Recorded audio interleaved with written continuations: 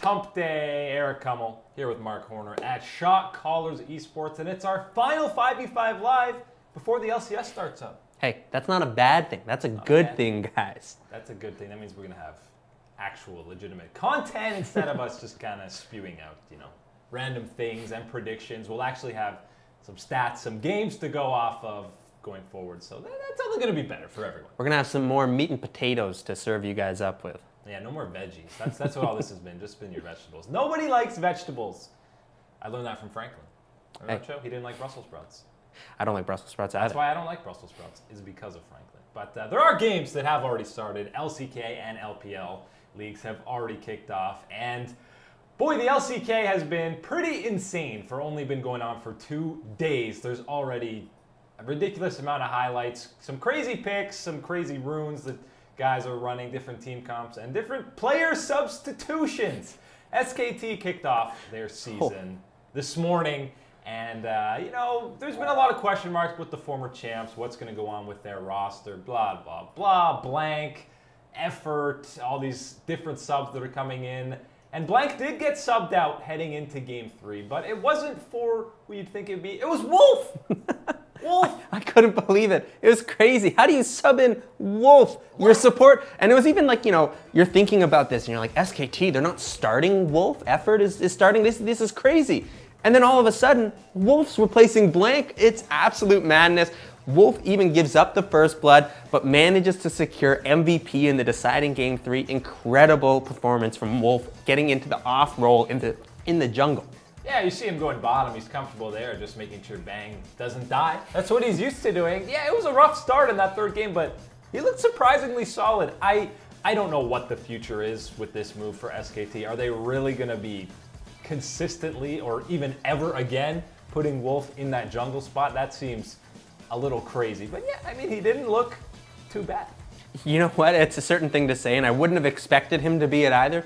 Wolf is not your auto-fill jungler coming into here, but it's definitely something that I would expect SKT to probably not be using for their game plan moving forward, because it just brings in this unpredictability, right? And this is a guy who's trying to focus on understanding this one role, and if you're saying, hey, well, we're gonna be subbing you all the way over into jungler while you're considered, mostly a starter, that's not gonna be a move that I think will pay in dividends for SKT.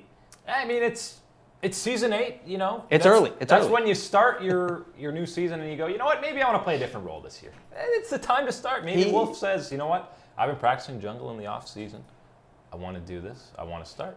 I think Wolf said, I'm a world champion at the support position. I think it's time, just like Ambition. I got to move on into the jungle. I got to get my new position.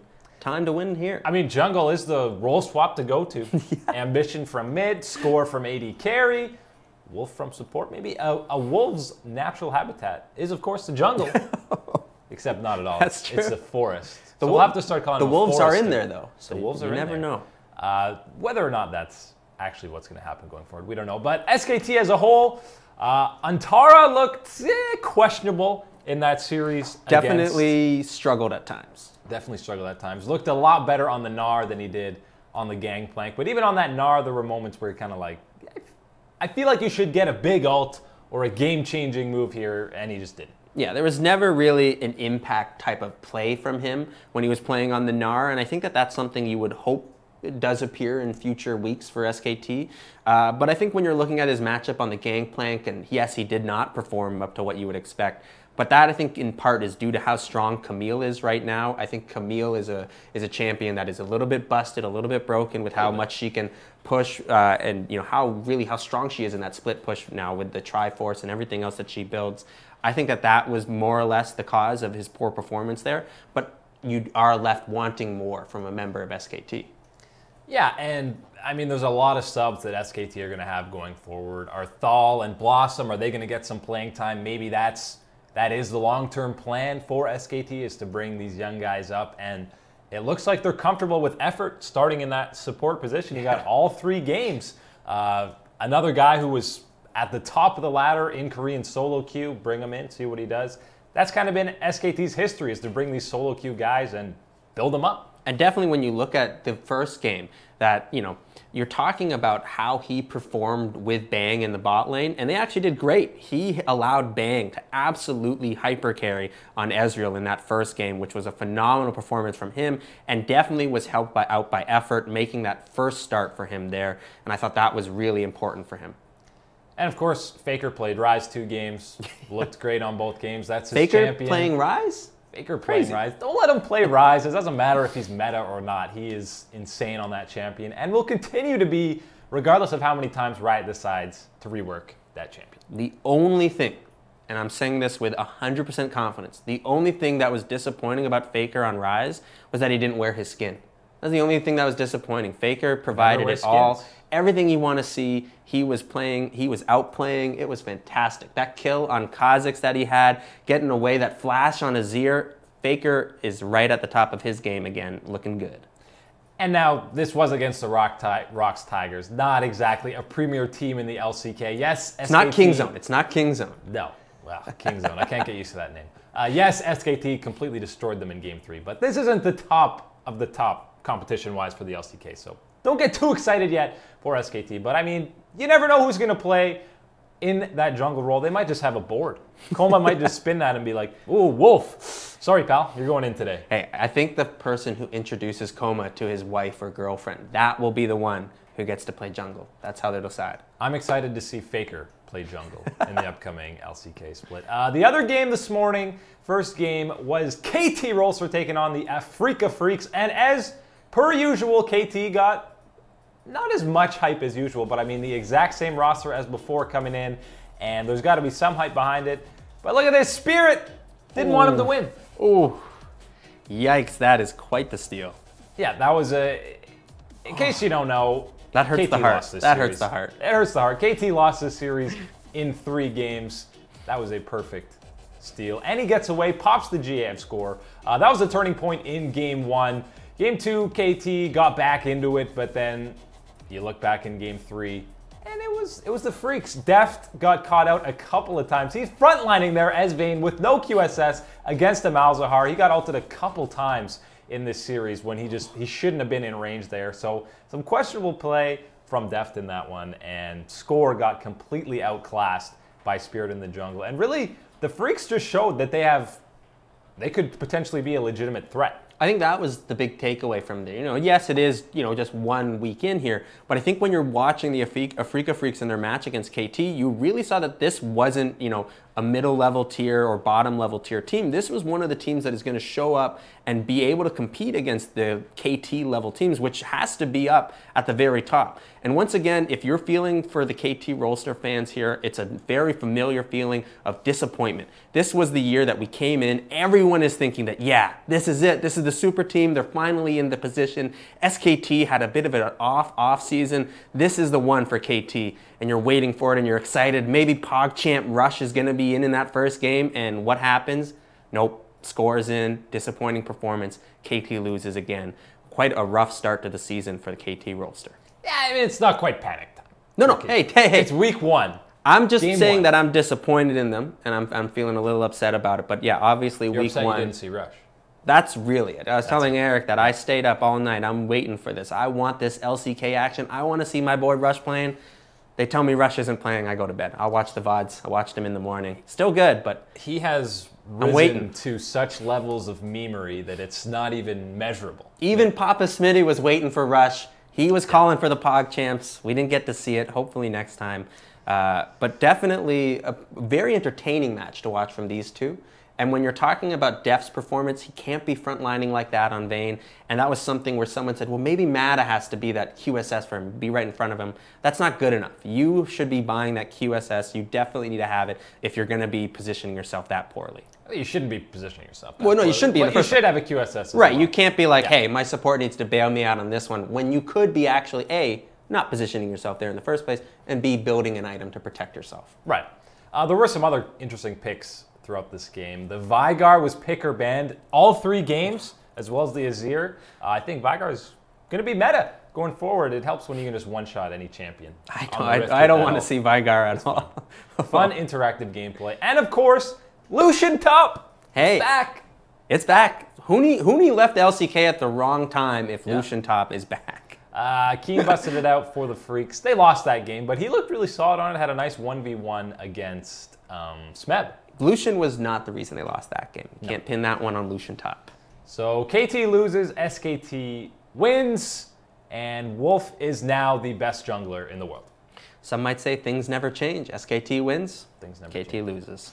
It is week 1, though. There's a lot more craziness to happen throughout the LCK season, and we'll be bringing you updates and recaps for it as we go on. Let's move forward on the show. I didn't even mention off the top, but we got some big NA LCS predictions because we're only a couple days away from the spring split teeing off, and the Riot released a teaser today that was very underwhelming. It was just players looking at the cameras and then various city landscapes. The EU one was way better. Oh, EU one was better. The one for Worlds was better. Even the Champions cinematic for Season 8 was better than this one. Way better. This one didn't even have Lucian and Thresh. You got to have that duo. Yeah. But yeah, it was a little lackluster, honestly. But we're going to go through, give you some rookie picks, MVP picks, who's going to win the split, maybe some week 1 matchups. We're going to go through all that. So make sure you're sending in your questions throughout the day as well. Who you think should be MVP, any questions about the upcoming split. We will get to all those Q&A sections later on in the show. And we also got a special little tease for you later in the show that I'm not going to give any more details on. Please don't. I'm waiting. On needles. Fingertips. On needles. Here. Fingertips on needles. That sounds terrible. That sounds painful. I don't know. What's the expression? I don't know. Let's get into the rookies. There's pins and needles. Pins and needles. That's what it is. Fingers on needles just sounds graphic. That's torture. Yeah, that's just torture. I apologize for that image.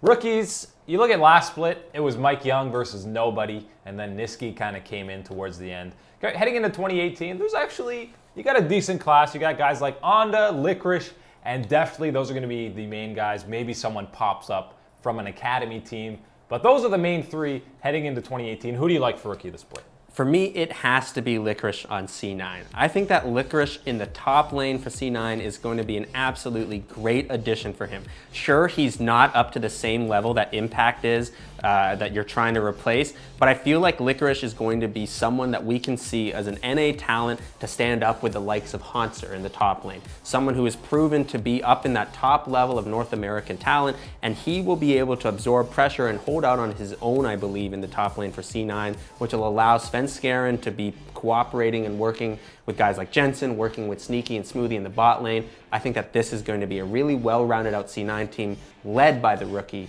Licorice in the top lane. Here's the thing with Licorice. I just don't think he's going to get the opportunity that a lot of these other guys are going to get on these teams. You look at a guy like Onda, he's a big question mark, but he's going to be very featured on that FlyQuest roster. He's either got the opportunity to really excel, or he's got a guy like Shrimp on the academy team behind him who might just steal his spot if he's struggling. For Licorice, I mean, guys like Svenskeren, Jensen, and Sneaky, you're rarely, if ever, probably going to be the featured carry on that squad. You saw in a lot of those highlights, and in a lot of his Challenger Series games, he's playing stuff like the Camille, the Fiora, to get guys ahead and just carry those games. I don't know if he's going to have that same opportunity on Cloud9, which is why I don't think he'll be able to take home that rookie this split. I'm looking at a guy like Deftly on Golden Guardians. I know that team's not great. That's probably a bottom 2, bottom 3 tier team, but who's going to carry on that team? Hai? Listen, I love Hai. He's a great shot caller. He's a legend of the North American scene, but we know his mechanics have fallen off lately. He's not a top tier mid laner. Lorlo, I don't know. He's been good. He's been okay in his time on Liquid, but I feel like Deftly is going to be a main carry on this team along with Contracts. He's just going to get that opportunity. I feel like you're right when you're talking about Deftly in this type of way, when you're saying that he will be more or less the star on the Golden Guardians. And I think an important factor to look at of where his success might also come from is Matt as his support. A lot of people are overlooking Matt, but I think that Matt is actually quite a mechanically gifted support. And I feel like, you know, he just didn't quite mesh during his time on Team Liquid. And I think that he's had a good off season. And I think that him combined with Deftly could lead to an explosive bot lane duo. I still like my pick of Licorice. I still think that, you know, he's going to be that rock for C9 in the top lane. Yeah, you're saying that he might not be the one carrying, and I think that's true, but I think he's going to be a steady performer there and a very easy pick to make for Rookie of the Split if no one else is necessarily spectacular. Yeah, I mean, if guys like Deftly and Anda don't impress or kind of struggle in their debut splits, then yeah, it'll probably go to Licorice because he won't have as much pressure on him. And I do love Licorice. I just don't think the player will win Rookie of the Split. Just Strawberry, or do you like Black Licorice too? Black Licorice is disgusting. Oh, no. It's terrible. I like Black Licorice. I don't want it. I'm a fan of licorice. That's all. Anytime you get the jubes that are that flavor, but see, I don't want them. That's why I win, because I eat all the jubes. I get everyone's extras. Oh, the leftovers that people don't want, that they put in their mouth because they thought it was a grape flavor, they spit it back out. No. You don't want to eat No, that thank stuff. you. Rookie of the Split should be more interesting in 2018 than it was the split before. Although Mike Young, don't call me Mike Young, young Mike Young, was a fantastic story. One more Mike Young. Mike Young. Perfect. Fidget spinners. We got a fidget spinner. TSM fidget spinner. We're set. Oh, you can't really see it. Overlay's covering it. So there, look at that. It's an overlay. Or a fidget spinner. And an overlay. Let's go to MVP. MVP is the interesting one. Bjergsen obviously has won this award 4 times. Count them, 4 times. Anyone else? No one else has won it twice. Nope. That's insane. Hey, it's the Burger King's reign. The Burger King's reign. So heading into 2018, a totally revamped TSM roster. Is Bjergsen favorite for MVP again? Number 5? He's got to be. He's got to be. 5th time. It's always going to the GOAT. Bjergsen, he's going to be it. And I'm telling you why. Because he is going to be performing with this roster that TSM has assembled. They are going to work together so well. It might take a week. It might take 2 weeks. It might even take 4 weeks.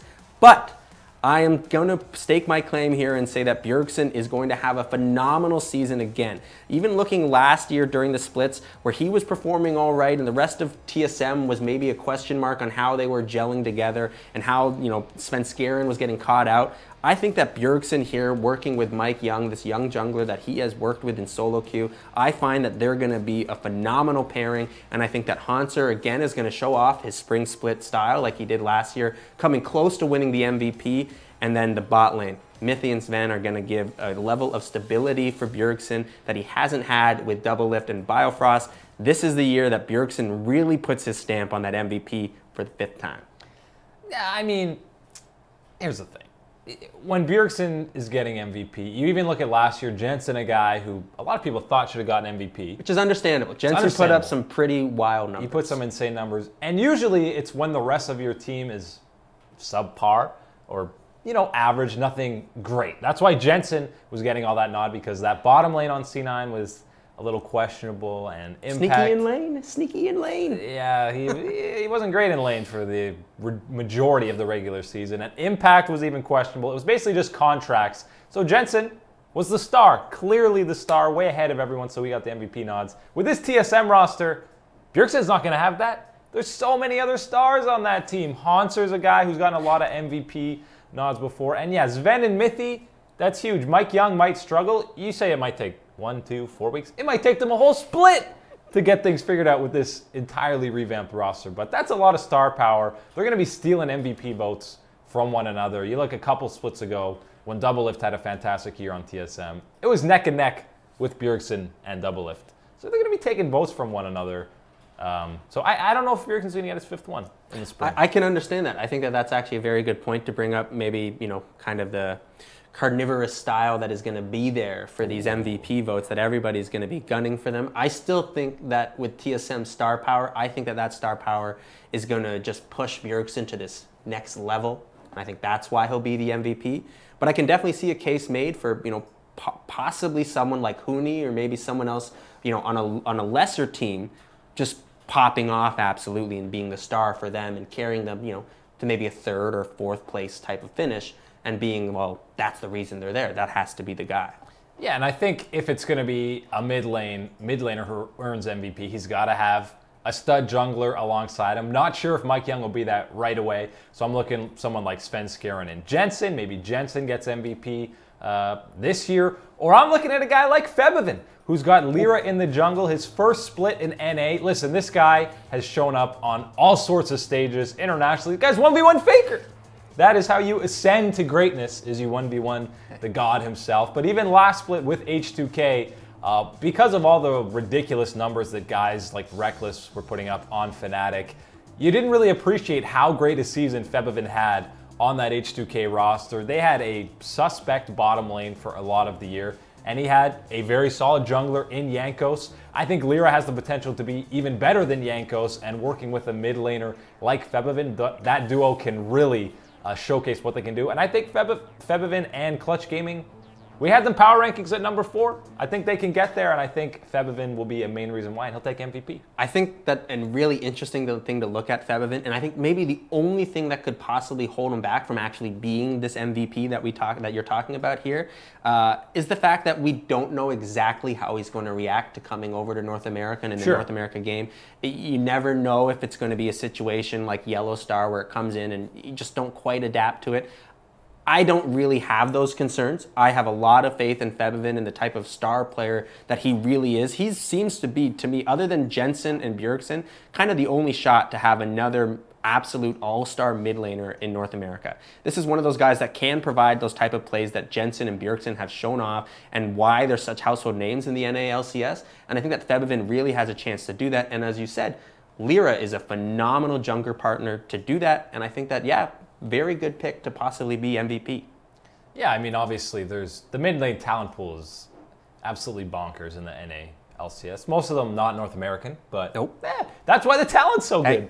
Bjergsen, he's all NA. He's all NA, even though for the first 17 years of his life when he wasn't. Those years don't matter anymore. Yeah. It's live in the now, live in the present. Life only starts after the age of 17. That is a well-known fact. Life only starts when you're an NA resident. That's right. Nothing else matters.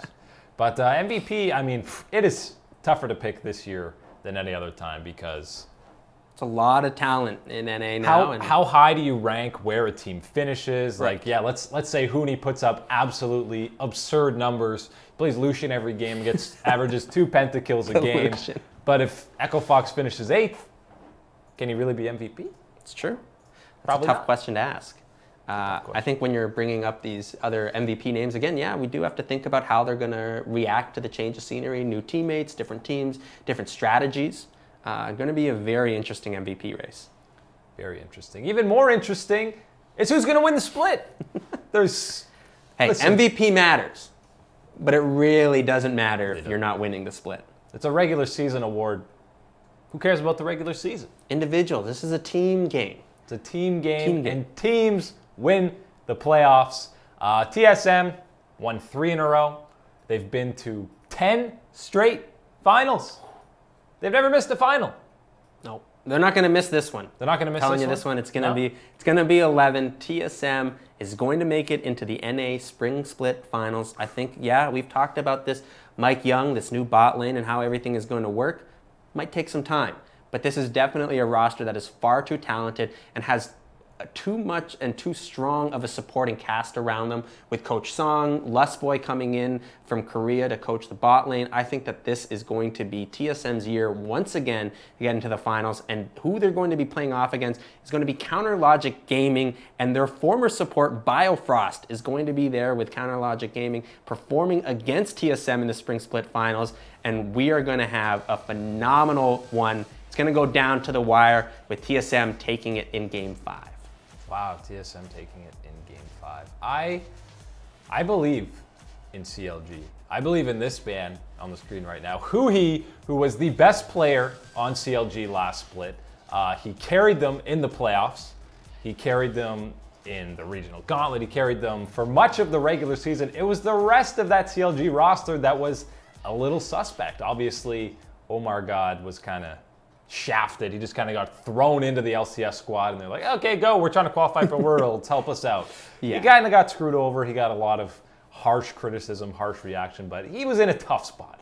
Reign over a guy who comes over this roster is so much better than any of the Team Liquid that he's been on the last year. I think CLG, they might struggle to get things started in the regular season. We've seen them do that over the past many years. They kind of slump their way through the regular season. They've got a lot of stuff to figure out in terms of shot calling with Aframu off the team now. A guy like Darshan's probably going to step up. Hopefully Reignover can fill that role. Hopefully he hasn't been completely tainted and broken by Team Liquid and his time there. But I think CLG overcomes a kind of stretchy regular season, and they do the full run, quarterfinals through to the finals, and I think they beat Cloud9 in those finals. TSM doesn't make the finals in the 2018 spring split with this stacked roster. People completely lose their mind, call for it to be blown up, and then they'll probably win summer, goes the first seed into Worlds. But I think it's going to take some time for TSM to figure out what's going on with this roster because there's so many changes.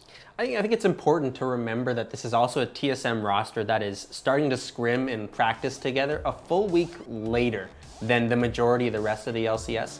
Reginald gave the whole team, the extra week off, talked about how they knew that, when we start, we're going to be rusty in the sense of not knowing exactly, what everyone's thinking, on the same page with one another, making the changes.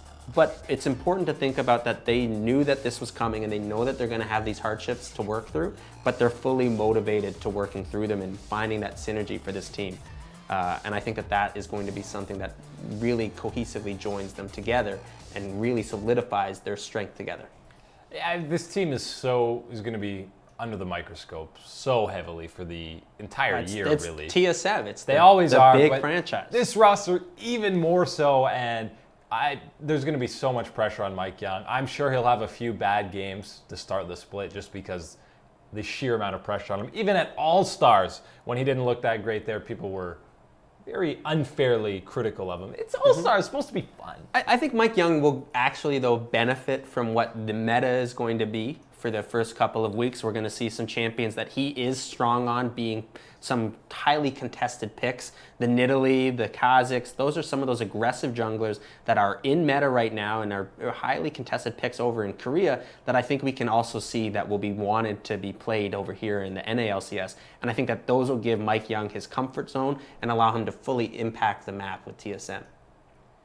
Yeah, I mean, what the meta is definitely going to impact, I think, more so jungling than any other position, just because, I mean, some teams, they're heavily focused on these junglers. Like contracts, for example, on the Guardians. If it's a tank meta, that team is going to struggle because they need contracts on some carry champions because they don't have carry positions in other spots. Right. But playoffs, there's a lot of teams. There's more teams than ever that have a legitimate shot at not only getting to the finals, but potentially winning. Usually you go into playoffs and even these 3-6 matchups, you're like, okay, you don't really expect a Dignitas to actually beat TSM or anything like that. But I think you can actually say that there's 4 teams that could win. Yeah, there's a lot of pressure on these teams. And when you're talking also, when you're looking at these, kind of dark horse teams and talking about are they going to figure it out? And if they do, how strong that they can be, teams such as Clutch Gaming and Echo Fox. If you're looking at that Echo Fox roster, a lot of individual talent,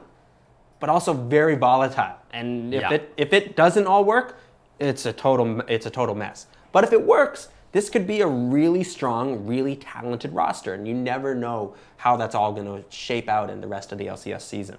Absolutely. And in terms of CLG, I just think they're one of the teams that prepare the best with Coach Zeke's on there. They just prepare so well, especially for best of series. Best of ones, you'd think that'd be good for them because, they like to hype up their level ones. But I don't know how often that actually fully affects a game unless the other team makes a big error. You're not going to get 3 kills level 1 or a huge advantage. But in terms of best of series, I just think CLG prepares super well for these playoffs, boot camps well, and they do the full run, quarterfinals through it all. They're not getting to bye, but they're going to make the full run through. I think absolutely in the first couple of weeks of the split that we're going to see a heavy emphasis on preparation. And I think that's where CLG really does benefit from Coach Zeke's, is because he, if not the best coach in North America, he's the best North American coach.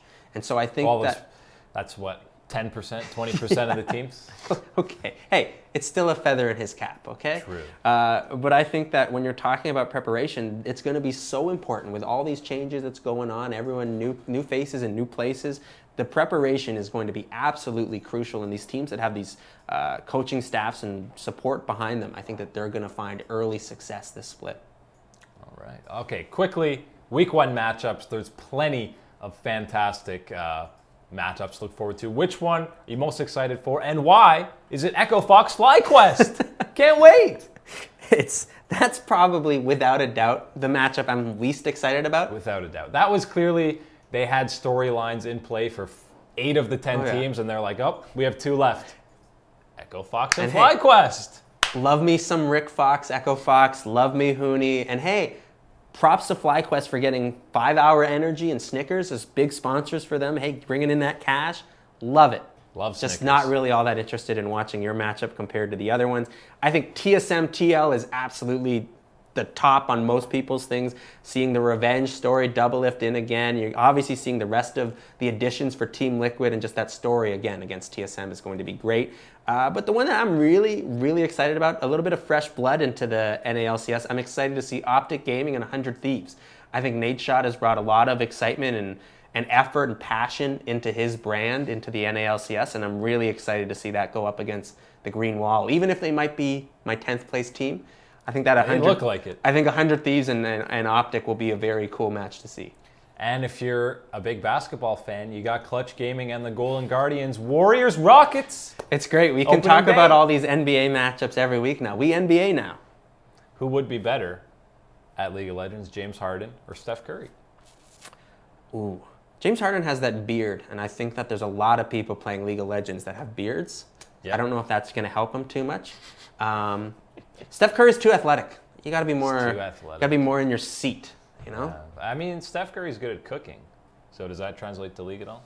Mechanics. Hand-eye coordination skills. He's got mechanics possibly. There. Who knows? Yeah, so my money's on Steph there. But all right, we'll be getting to your questions in just a moment. Anything LCS, LCK, LPL. Sorry, hold on. The real question. Real question. Here we go. Is Steph Curry gonna play Dunkmaster Darius? That's the real question to ask any of these NBA teams, first off. I mean, Steph only has like 5 dunks in his whole career, so maybe he would play that just so we can feel like he dunks on people more often. You know, video games are a fantasy sometimes, right? Pretty much all the time, I would say. Just entirely. Yeah.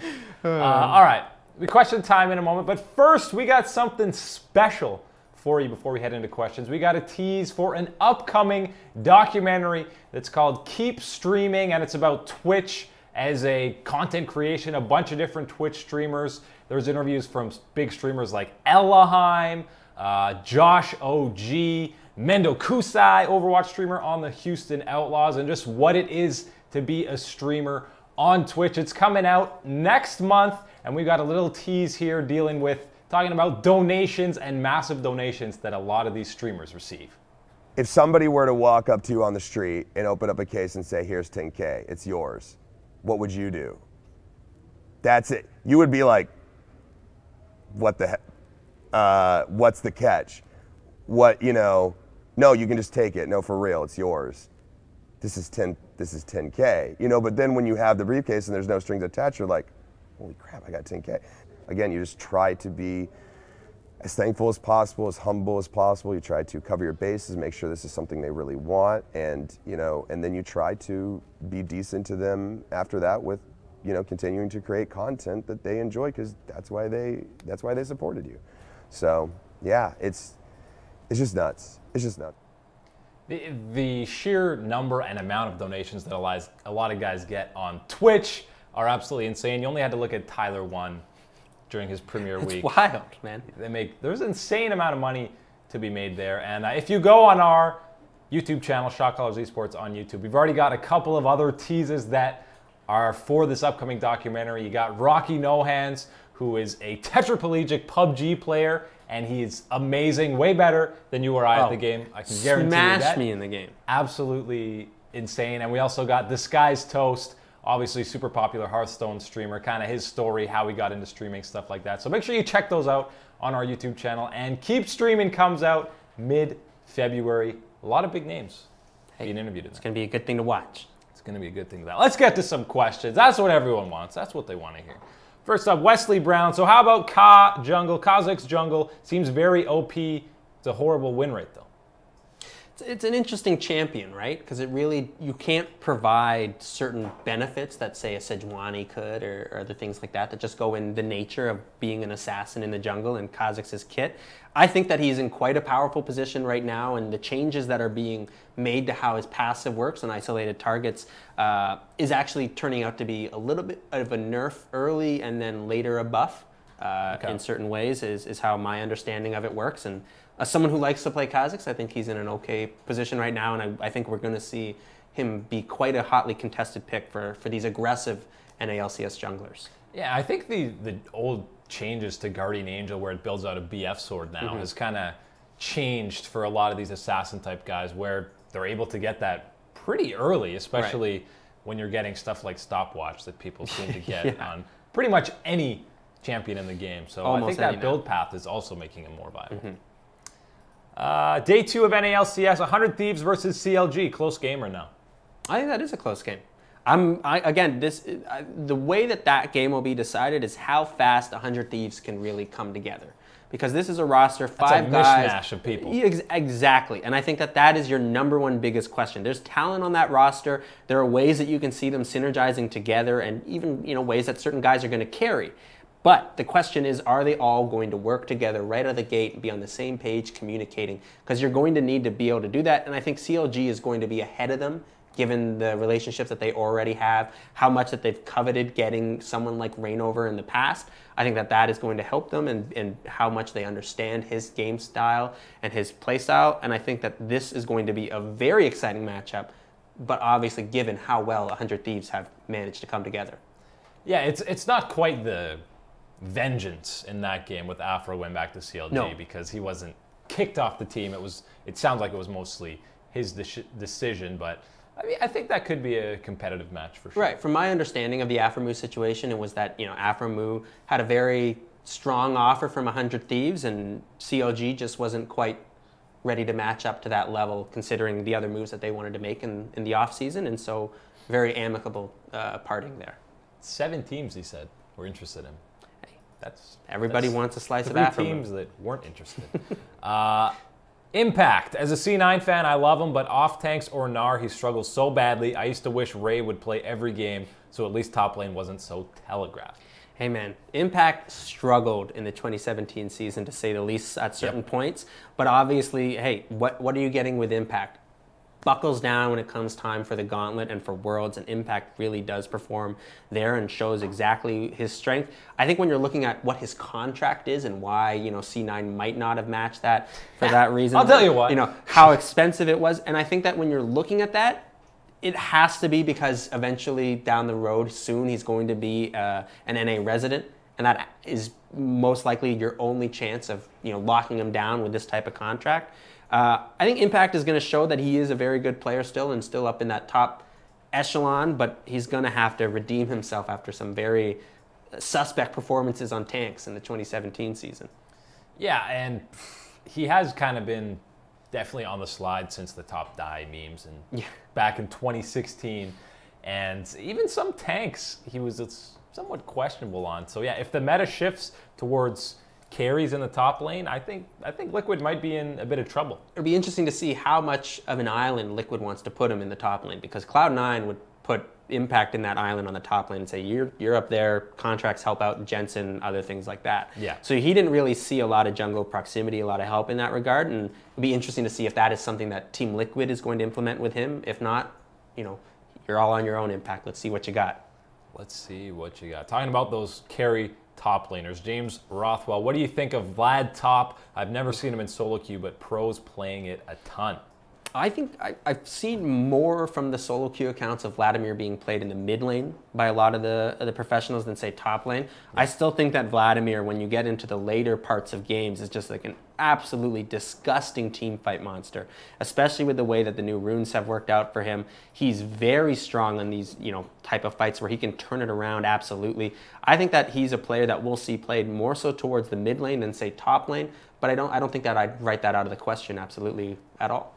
Yeah, I mean, you've seen it a couple times in the LPL already. Guys have been busting out up there. They love the unsealed spellbook, switching out teleport for Ghost seems to be the most common one. But I mean, he's got a lot of untargetable abilities, much like Lissandra. You basically have 5 seconds where you can't hit him with anything. Hemoplague is super powerful late game, and he's kind of, once he gets ahead, once he hits that threshold late game, he's an unstoppable force. He can just one-shot your carries. So I think it'll definitely be a viable pick going forward. Top lane is very interesting. There's a lot of crazy picks that you're already seeing with Lucian. Gangplank seems pretty meta with the Klepto.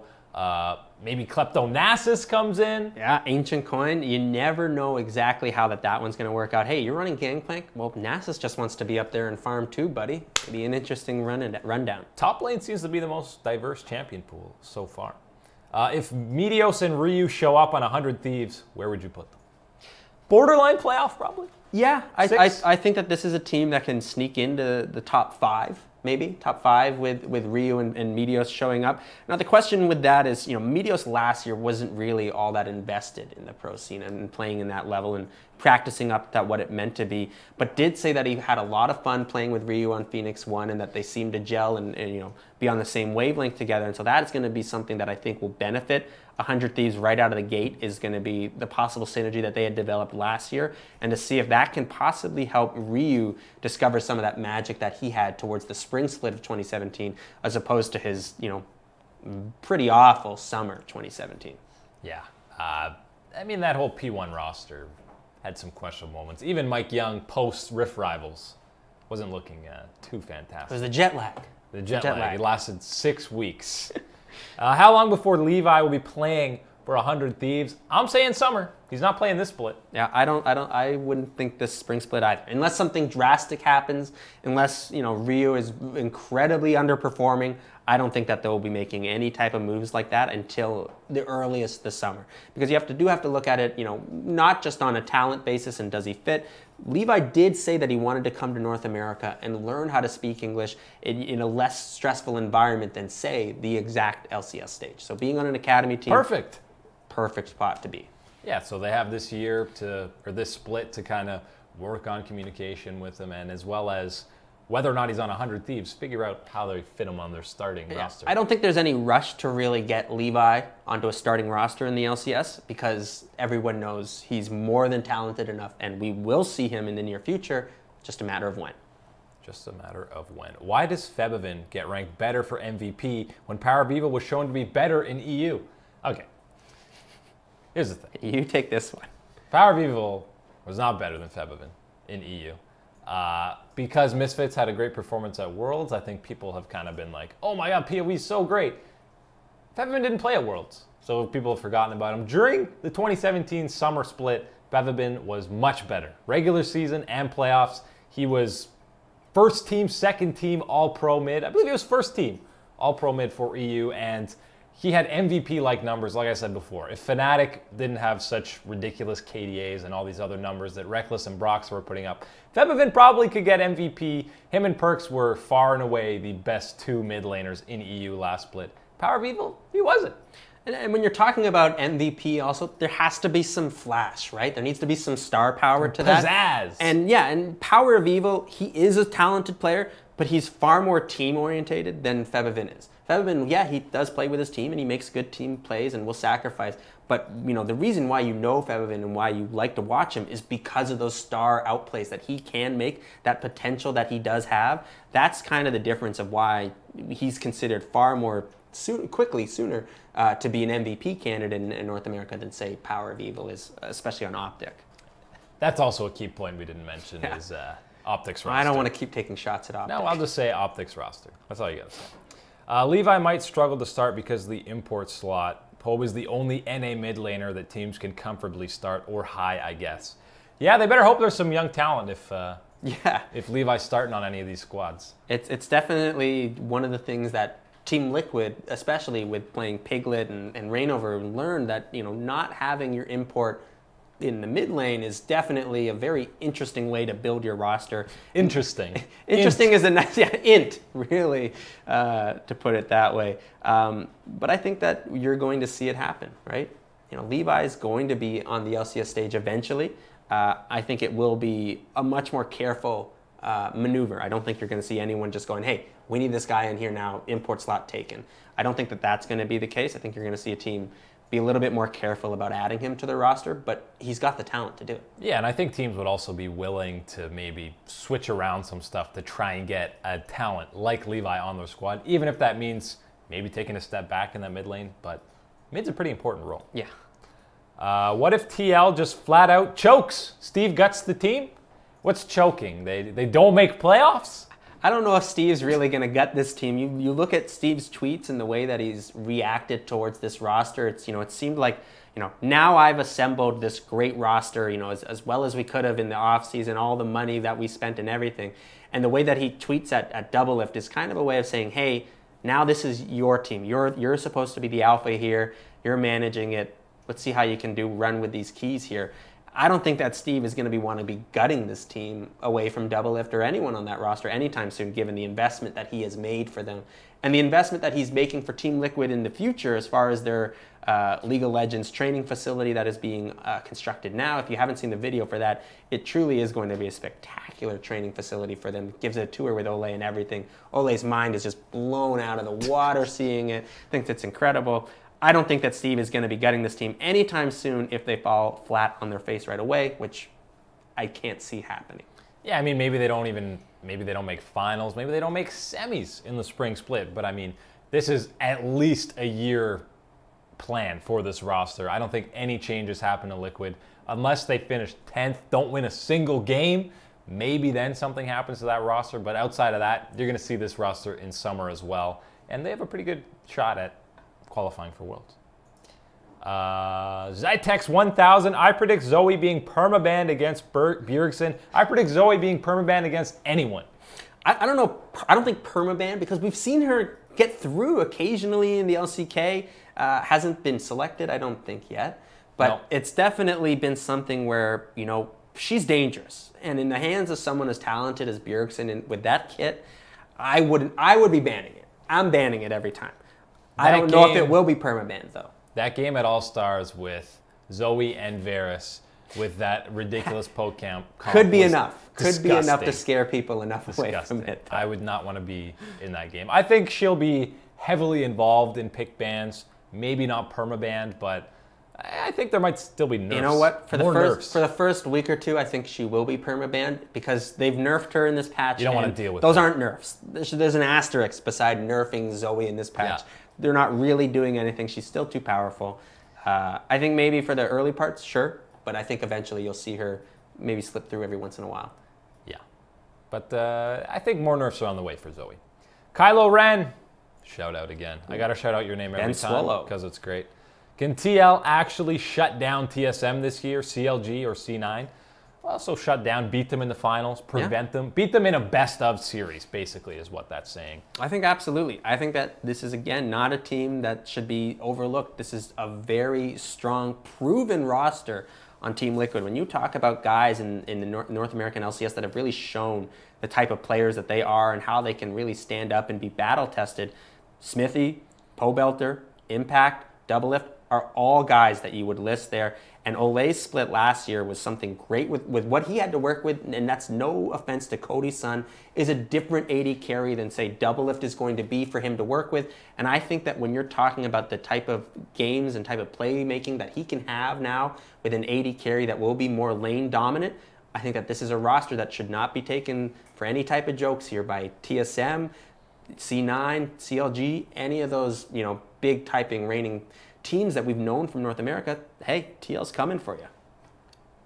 Paid by Steve. Yeah, that was all paid by Steve. Don't worry, Steve's got my bank account number.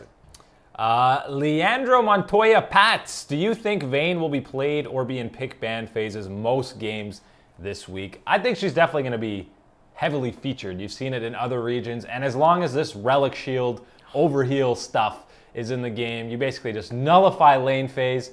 Obviously, Vayne's an insane carry late game, and you basically get a free pass to there. Yeah, you get out of laning phase as Vayne pretty much, and you're going to be a massive damage dealer. You hit that arguably the biggest 2-item power spike of any champion, Infinity Edge, Static Shiv, and you are half your health, tumble crit, good to go, and you've got that overshield for over 500 health extra that sometimes you can't get one shot. Massive difference now. I think that you are going to see Vayne be an absolute top pick and ban type of champion, and if not, #1 pick.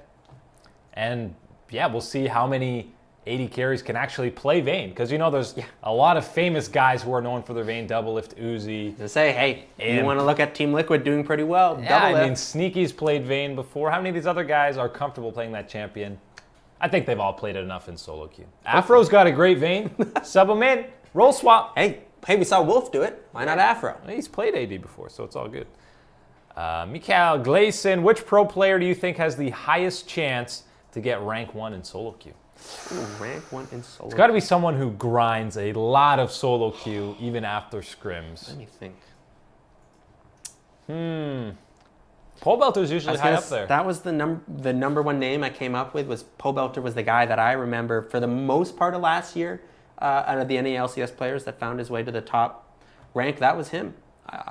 Pole Belter. Pole Belter's my guy. Notorious POB could get up there. Also, our boy Apollo's usually really good at solo queue and in the top 10 there. So those are my two to look out for. It used to be Wild Turtle would have like 5 accounts in the top 10, but I think he plays less solo queue now, and I really don't blame him. Rocket Y, how important is focusing top lane in the current meta? Woo, based on some of these LCK games, that's make or break. Yeah. Basically, given what we've seen from the LCK games so far, which is, I mean, in no way an indication of exactly how it's going to go, top lane's been pretty darn vital. We've seen the way that, hey, if your top laner's not doing well, pretty much that was your team that lost. So it's definitely going to be very important to see how these top laners hold on. Why I was saying it's going to be so important for some of these guys that aren't going to be getting a lot of jungle proximity assistance, that you have to be able to hold your lane. You got to be able to hold down top lane because it's going to be important. Yeah, and I think people really thought, myself included, that it was going to be really tank-oriented going forward. But I mean, you look at these first few days of games in the LPL and LCK, and Vladimir, Lucian, a lot of gangplank. Very much carries. Camille is a huge pick. So not many Maokais, a couple of Orns, because that's the most broken champion in the game. Yeah. But it's very interesting. It seems like there's a lot of top lane threats going around there. Orn seriously needs to have his base stats nerfed. They're too good. They're too good. He dropped in a weak state. They raised him up. They should just... New runes made him broken. They should just take him out of the game. That's an easy fix. Have you ever had Orn in ARAM? It's busted. You buy your stuff, you go to lane, and you farm a little bit. Then you just back away from the fight, and you build the rest of your item. You don't even have to die. It's broken. See, the problem is in ARAM, whatever champion I'm on, I build full damage. So he'd probably suck. Jose Idrobo, who will be the best jungler this spring split? Hey, now you're talking with some heat. I'm going Reignover. I think Reignover is going to redeem himself, and I think that we're going to see that he's going to have some really strong synergy with Darshan in the top lane. I think that Reignover for CLG is going to be absolutely the jungler to beat in this split. Wow. Hopefully he gets back to Immortals. I've already not Liquid. Hey, I accepted Steve's money, and I've already blanked out of last year's TL memories. Gone. New TL. That's it. Anything before 2018 didn't happen. Hey, it didn't happen. Steve's money can do powerful things. Third place loss to LMQ didn't happen. That was Curse. That wasn't Liquid. That was Curse. I don't know who the top is. I'll give you top 3 in no particular order. I think it's going to be Svenskeren. I'll throw Reignover in there, and it's got to be Mike Young. Hey, that roster is going to be insane. I know there's a lot of pressure on this kid. If you're TSM, you really hope that Mike Young is in that top 3 then. I think contracts should be there, but his team. As I said, that's the thing. Contracts really depends on how much he has to work with. Not a ton. Ikrosivo, do you think Sven and Mithy can perform well against NA bot lanes? I think they can destroy a lot of NA bot lanes. I think they'll do very well against NA bot lanes. Are they absolutely, without a doubt, the best one? I don't think you can say that right now. But I think that are they in at least the top 2, if not top 3? Yes. You can say that with a ton of confidence that Sven and Mithy are up there. They've been the best in the West, at least the best in EU for a while. You see how different their team is than G2. Bjergsen and Perks, that's pretty comparable. Mike Young and Trick, I don't know how you compare that yet. Hanser's probably better than Expect, so I think they'll continue to perform at an admirable level. And I think also something to look at is when we're thinking about back at Worlds when Mithy was on the analyst desk and TSM was playing and struggling obviously at Worlds. He had a lot of the same type of questions that any viewer would have, thinking of why aren't they trying this? Why isn't it this? Why aren't they playing like TSM should be playing? So I think that having him and Sven there in that bot lane and already be thinking about ways to be a better team is going to be an absolute boost for them. Absolutely. If Sven and Liquor stay solid, how do you think C9 playing against CLG, TSM, or TL in the playoffs or regular season? I think C9 could still get to the finals. Absolutely. And I mean, again, Licorice, if he's going to provide anything on top of being a solid top laner, absolute bonus for C9, and that performance could push them over the edge. Because when you're talking about the absolutes on C9, Jensen, Sneaky, and Smoothie, those guys are going to be solid rocks. You don't have to worry about them ever. They're going to be top performers at their positions, not a concern. And then Svenskeren is where you look at someone who needs to find his form from the past couple of seasons. You know, get Sven on that Lee Sin again. Get that magic moving on. Lee Sin, you got 5 bans now. It doesn't matter. Sneak him through. You'll be fine with Sven on that. I think that this is definitely a team where if you have Sven and Licorice performing above or slightly above what people are expecting or asking of them, that C9 could go a lot further than where we're pegging them right now. Absolutely, and I think Sven and Jensen could potentially be the best mid lane jungle duo in the league. I can guarantee that Jensen will not be asking Svenskeren to be warding blue buff nearly as much as Bjergsen was. There's going to be more freedom for Sven to be aggressive with Jensen. Just give the blue buff to Jensen. That's yeah, exactly. None of this warding business. You're not a ward anymore. No. You're not on TSM. Jonathan Leake, how do you think Pobelter will do this split? I thought he was always just solid, but now there are a lot of really good mid laners. He had a career best year, or last split in summer. His career best across the board pretty much for him, so I think he's still going to be he'll be in the upper half of mid laners, but yeah, there are a lot of insane talent like Bjergsen, Jensen, Febivin, Hui. I'd probably slot Pobelter 5th there. I think that's a very fair spot to put him. I had Pobelter last year in kind of that level, noticeably below the Bjergsens and Jensens, and obviously now you can put, Febivin in that type of role, the star mid laners, and then you have very good mid laners, and that's where I put Pobelter, is that, someone who's very clean, very strong champion, has a good champion pool as well, just isn't quite that notch up that, say, the top stars are. But I think that he's somebody that can definitely prove it this year. I think that this is definitely a split for him, that he could show off, hey, I've got the skills to push my team ahead of you. Absolutely. And he's got a solid roster around him. All right, last question. We'll get out of here on this. Kylo Ren, Clutch Gaming against Optic Gaming. I mean, they are new and no one actually knows what to expect from them. Optic has a pretty low bar for themselves right now. Clutch could probably be a playoff team. I see a lot of ways for Clutch Gaming to figure things out and get through the season into a playoff spot. Really, really struggle to find a way for Optic to get it all together and put on this run. That being said, you never know. Think back to last year, we had FlyQuest come out hot out of the gates. No one expected that. Totally possible, and that's where I think preparation is going to be a big part of that. And I think that Optic does have a good coaching staff. Shout out to Romain. He's done some good things like taking off his shirt before for Unicorns of Love and taking off his shirt again for inspirational work for the team. Yeah, that's going to be my question. If Optic Gaming is going to get out to a good start or be competitive against teams like Clutch Gaming, they're going to need to have that preparation be at a top level, and I question if it will be there to start the year. But hey, prove me wrong. Maybe they get out to a quick start because a lot of these teams are underestimating them. But even when FlyQuest was getting out to these big starts, over time it was like, okay, they're not actually that good a team. Yeah. I think that'll be the case with Optic if they do get out to a good start. But that's it for all the questions. Next time we're doing this, it'll be after LCS. And this is the first weekend of LCS, which means there's going to be a lot of games to watch. And the most important thing when you're watching games is, of course, good posture. And the best way to keep good posture is in a nice DX Racer chair. My spine has been perfectly straight the entire show here. And if you go on dxracer.com, your spine can stay straight too. Use the promo code SHOTCALLERS for 15% off any products on their site. I might just sit here until next Wednesday because these are so comfortable. I could just stay here until the next show. Yeah, we might bring in food for you. But not food's not necessary with posture like this. There's no TVs, so you'll be sitting here just watching nothing. You could do that for a week. The TSM fidget spinners here. I've got plenty to keep myself busy until next Wednesday. Plenty.